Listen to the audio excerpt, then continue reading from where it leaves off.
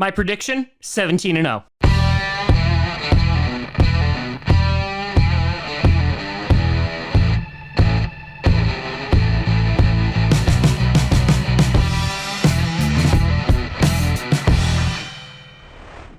Grossi Posse Packer Nation.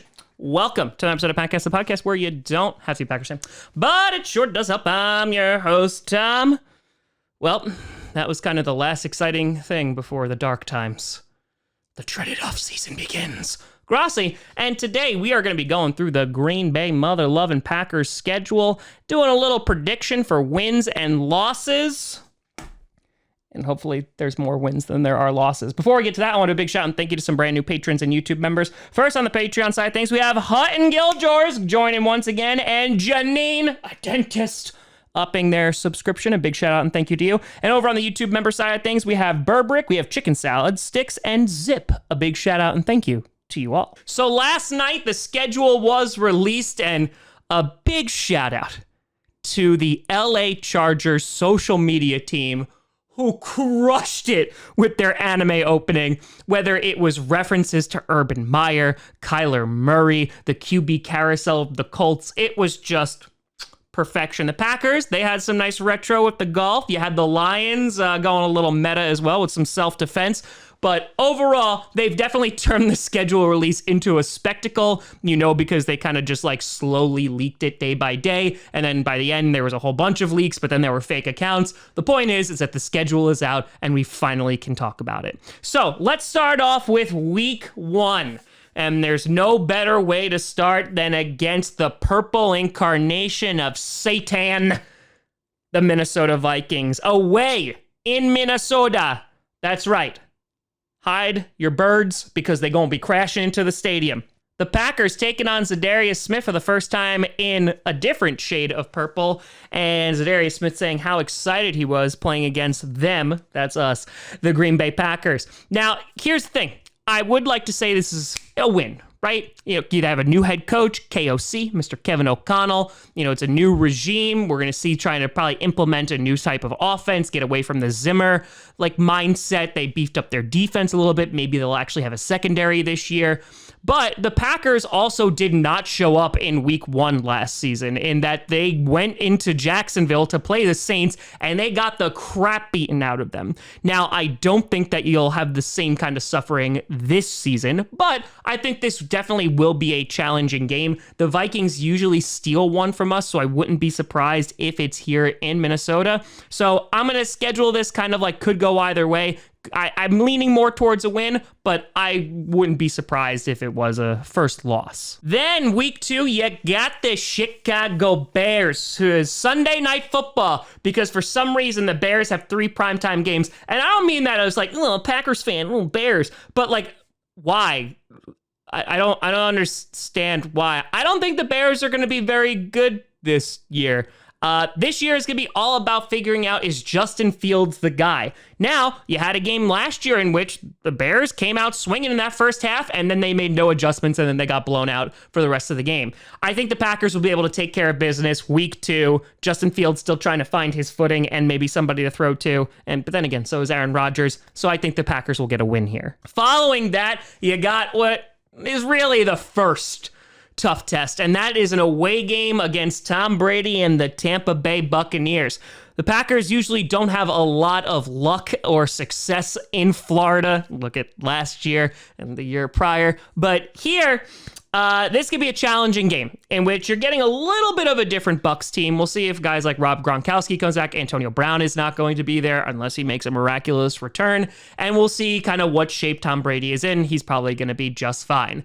Now, I will say, heading into this season, the thing that I'm excited the most about for the Packers is that defense. The defense was really good last year. They were the top 15 in every single category, and that was without Zadarius Smith and Jair Alexander. Now, they still don't have Zadarius Smith, but they're getting Jair Alexander back, and you're going to have Rasul Douglas playing at the same exact time. And on top of that, you do have extra elements like Wyatt or Walker. So I think that this defense could be really good and should be top 10, could even be top 5 in the league. So they may give Tom Brady some issues, and I very much hope that is the case. Now, in terms of our offense, I think running the ball, we should be okay. We were 18th in rushing yards last year. We were 8th in passing. We might kind of take a dip because we obviously lost Devontae Adams. The Packers might change up how they're going to do their offense. They might spread the ball around a little bit more. Aaron Jones might be our number one wide receiver. The point is, I think that this is going to be a tough game. It's in Tampa, so I do see this potentially being a loss here. So if we're going here, the Packers start out 1-2. Wouldn't be the end of the world, but this is a really tough game. Following that, you got week 4 and the New England Patriots. We said hi to Tom Brady, and then we're going to say hi to Bill Belichick.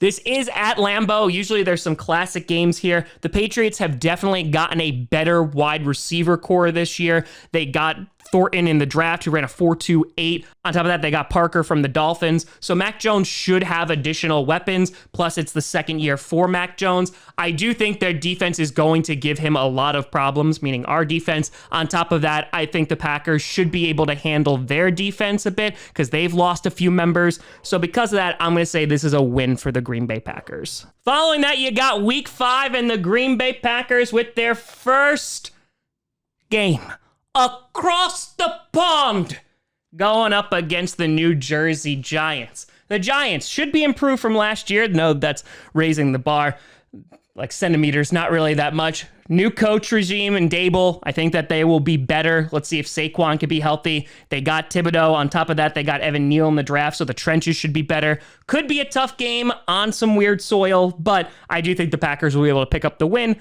because I don't know how much the Giants are actually going to improve. Then week 6, not a bye week. The Packers don't have a bye after the London game. Instead, they have a noon game at home against the New Jersey Jets, which is kind of like a bye if you want to look at it that way.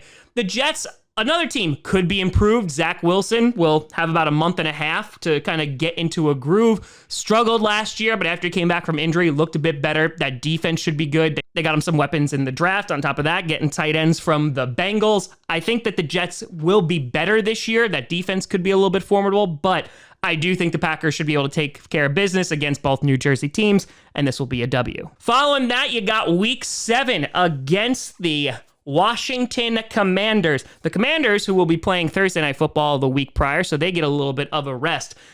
This game, yeah, the Packers should be able to win. I don't think this will be too difficult. Yeah, watch out for Scary Terry. Carson Wentz might actually be decent, and that defense, I don't know, are they going to gel like they did at the end of last season and get a little bit better? But I still think they're trying to rebuild and figure it all out. I think the biggest challenge for the Packers here is just surviving their field in that it doesn't try to like snap all of their ankles or leak poo water on them or have fans fall on top of them. But if they're able to avoid all that, the Packers should be able to get a W. Following that, you got the matchup that everybody's waiting for. Week 8, Sunday Night Football.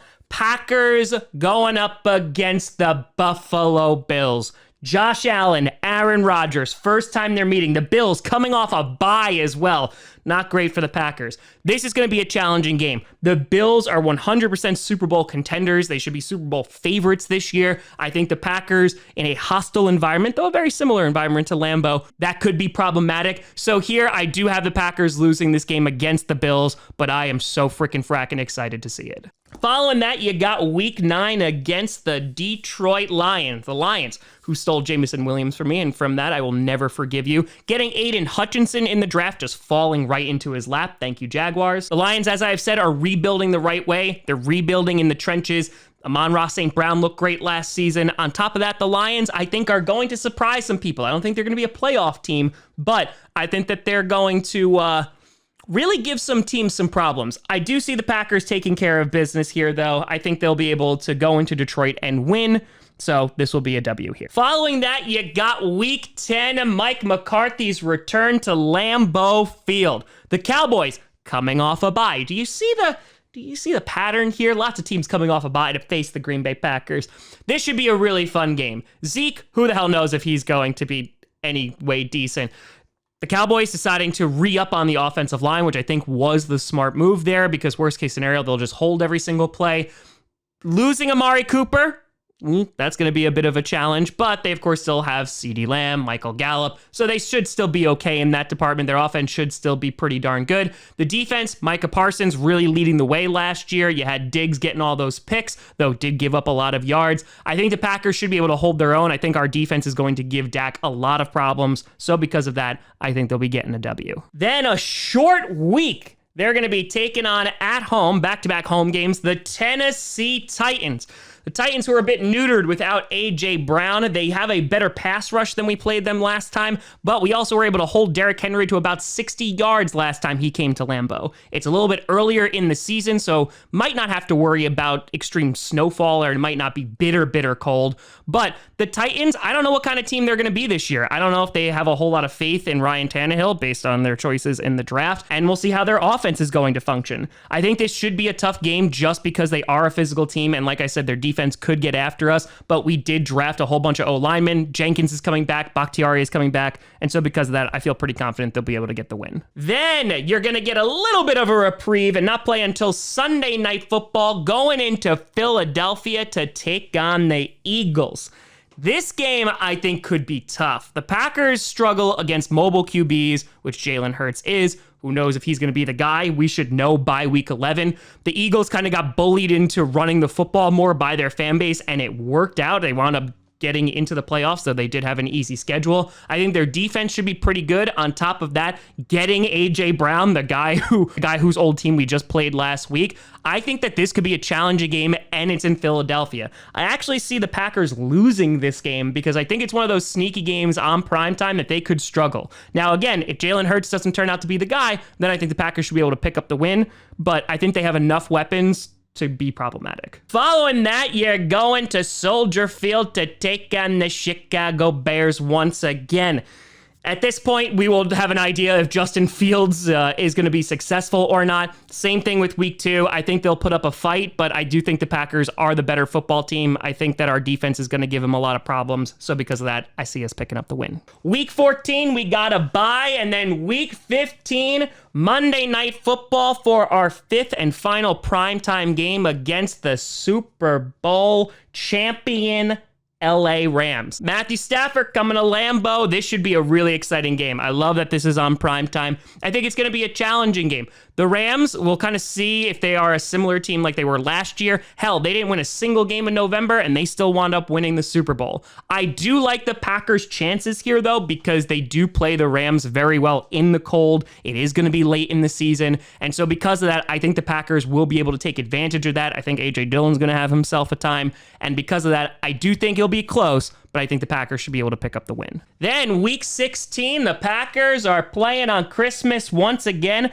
but this time they're heading to Miami to take on Tua and the Dolphins. I have a feeling the Dolphins are going to be much improved this year. On top of that, I mentioned before, the Packers have struggled in Florida. I actually see this one as a loss. Their defense and special teams is pretty darn good. If Tua can actually be the guy, a lot of question marks here about quarterbacks on the Packers' schedule. If Tua is the guy, Packers might have a tough time. They got a whole bunch of new running backs. Of course, they got Tyreek Hill. They got Waddle. They got a lot of weapons there. So I think the Dolphins might be able to steal one here, though our defense could make Tua's life a living hell. They had one of the worst offensive lines last year. They addressed that in free agency, getting Armstead. So I do have it down as a tentative loss, but I would be much happier if the Packers won. Then week 17, the purple incarnation of Satan comes back to Lambeau, and I hope we win. Again, they usually steal one from us. I have us losing to them in week 1, so by week 17, unless maybe we've already secured the division and maybe the first seed, I think the Packers should be able to win this game. You know, obviously we were able to beat them last year in prime time, late in the season, though they didn't have their QB. And so here the Packers should be able to take care of business, though watch out because this will be week 17. KOC may have implemented their offense and they may be running it on all cylinders at this point. And then finally, week 18, because it always is the final week, it's the Detroit Lions. Oh, yippee. The Lions coming back to Lambeau. Yeah, they beat us last year. Yeah, Jordan Love played for half of the game. I think, again, the Packers should be able to win this game. We'll see kind of what the context is when they actually play, but the Packers should be able to walk away with a win. So, if you break down this schedule, you got 5 primetime games. You got the late bye at week 14, though it's very late, so you might have some injuries. You'll get to heal up before hopefully what will be a playoff stretch. You got no bye after the London game. You got 3 away games in a row. But the last 4 games, you're home 3 out of the 4 times. This schedule, I think, is tough because a lot of our opponents are either going to be coming off extended rest or a bye and then coming to face us. The good thing is some of those games are going to be at home, so that's a plus.